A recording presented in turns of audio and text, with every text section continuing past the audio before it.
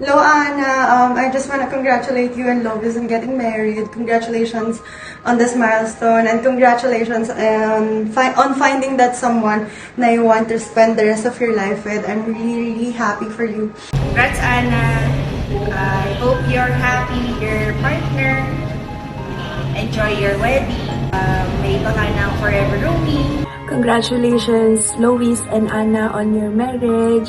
And wish ko sa inyo yung lifetime of love and happiness. And continue to choose each other every day. And most importantly, may the Lord be the center of your marriage. Hi, Lurs and Lois! Happy wedding day to both of you. Sorry we can't be physically present at your special day. We are so happy nung nalaman namin na ikakasal na kayo. And also sad kasi we can't be present there. Enjoy nyo yung araw nyo with your other friends. Mga babe, congrats on your wedding day. Ang bubungad na lang na balita, kakasal na sila. But I'm so happy kasi shinare niyo yung news about your wedding to us. And kahit wala kami dyan, nasa ibang lupalop tayo ng daigdig. Just know that we are celebrating it with kami nila Ilan, Neddy, kahit wala kami sa tabi ninyo. Masaya kami for the both.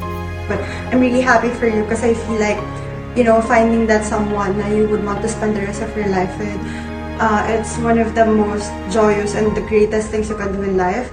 And I'm so glad that you found that.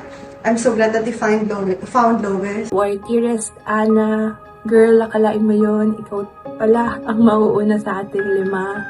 But remember that Sai, Neddy, Eli, and I are always here for you. Just know that we are celebrating it with kami nila Ilan, Neddy, kahit wala kami sa tabi ninyo. Masaya kami for the both. And you both are so lucky to have each other. So stay strong. And on that day, please know that you will be the happiest couple in the earth. Okay? So I was so happy.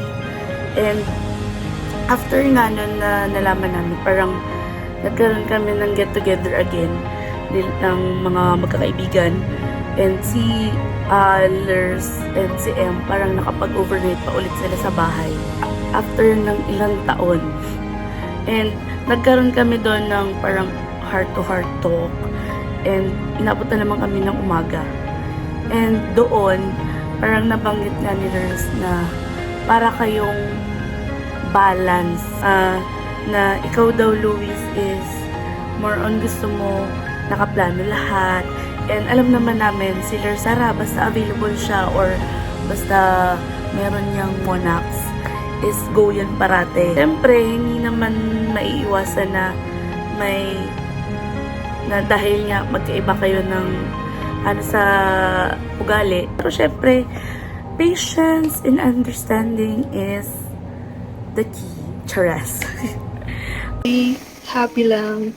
And I know difficult times will arise, pero just choose to be on each other's side. Okay? And though, alam mo na once a year lang ako mag-reply sa IG. Pero you and Lois, I consider you both two important people in my life. Congrats, Anna. I hope you're happy with your partner. Enjoy your wedding. May baka ng forever roomie. Hindi na kami. 4107, circa 2013, men's store. Nasa upper bunk bed ka pa na ni Kat. Tapos ang tagal niyo matulog. Alas 10 yung curfew ko. I'm so happy. Kulums, I'm so happy for both of you. Alam ko naman na masaya na kayo, pero mas maging masaya kayo.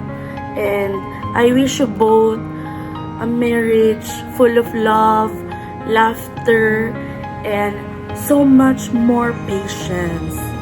Ang wish ko sa inyo is that you guys would be so much happier than you already are from now on until forever. And may your union be blessed. Know that me, Kat, Eli, and Sai are celebrating this with you from afar. I am Lang. See you soon and bye-bye. Anyways, congrats again and thanks for visiting me here. Bisita ulit kayo dito. And and hoping to visit you too soon. Love you both. Bye. Hope to see you guys soon and love you both. Love you guys. Enjoy your day. Pakita ka naman sa amin. Love you!